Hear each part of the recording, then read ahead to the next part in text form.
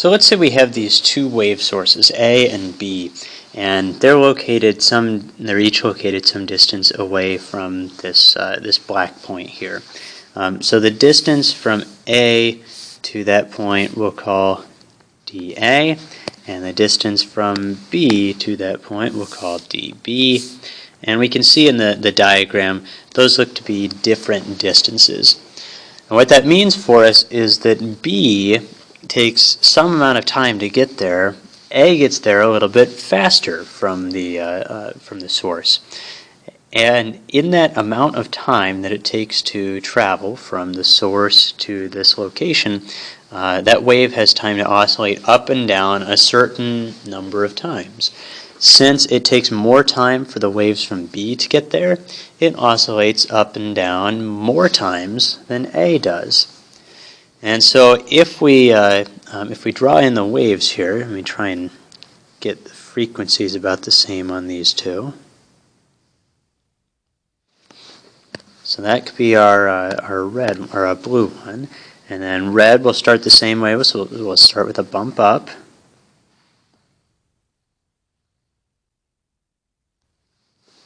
Okay, so when we get to this common location, we can see that the B wave, the blue one, has traveled far enough to get to a low point on its cycle. A has traveled far enough to get to a high point on its cycle. And so this location right here is going to be an area where we have destructive interference between A and B. So we get kind of a cancellation there. Our two waves add up to nothing for that location. So how do we know for an individual point whether we're going to have a high point or a low point, constructive interference or destructive interference there? Well, this distance from A to this point right here, that looks to be, let's see, here's one full wavelength, here's another full wavelength, and then that looks like a quarter of a wavelength. So this distance here is 2 1/4 wavelengths. And then in the blue,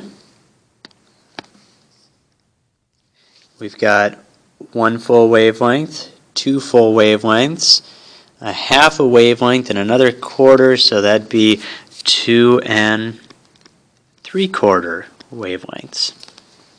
And you'll notice that these two are different by 1/2 of a wavelength. And it turns out that that isn't just a coincidence, that's the general trend. So we talk about the path length for these two. The path length here is 2 3/4 of the wavelength. The path length here is 2 1/4 of the wavelength. Or we could just measure it and say this is 10 centimeters and this is 8 centimeters, whatever the numbers come out to. But if we have a difference in path length, so if we have, say, dB minus dA, if that's equal to some number of half wavelengths, so we can write that as m plus 1/2 times the wavelength, where m equals 0, 1, 2, etc. That's the case for destructive interference. That just says our path difference is some whole number multiple of a half a wavelength. And then if we have a whole wavelength different, then these things end up synchronized with each other again. So this is for destructive interference. And for constructive interference, we say if our path difference is equal to some whole number multiple of the wavelength, so m here again is equal to 0, 1, 2, etc.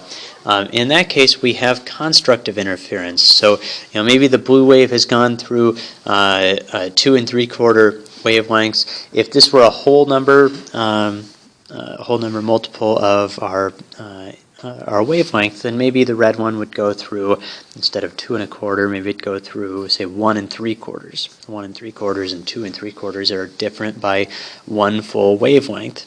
So after 2 3/4, this one has ended up at a low point. After one full wavelength, red would end up like this. After 3/4 of a wavelength, red would end up at this point. That'd be a low point with a low point. That's constructive interference. So anytime our path difference is a whole number multiple of the wavelength, we get constructive interference. When it's a whole number integral. Can't speak here. A whole number multiple of a half of a wavelength, but we don't include the whole number multiples.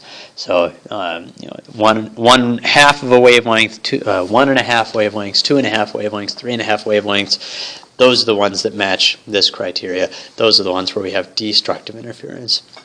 1 wavelength, 2 wavelengths, 3 wavelengths. That's this condition where we have constructive interference.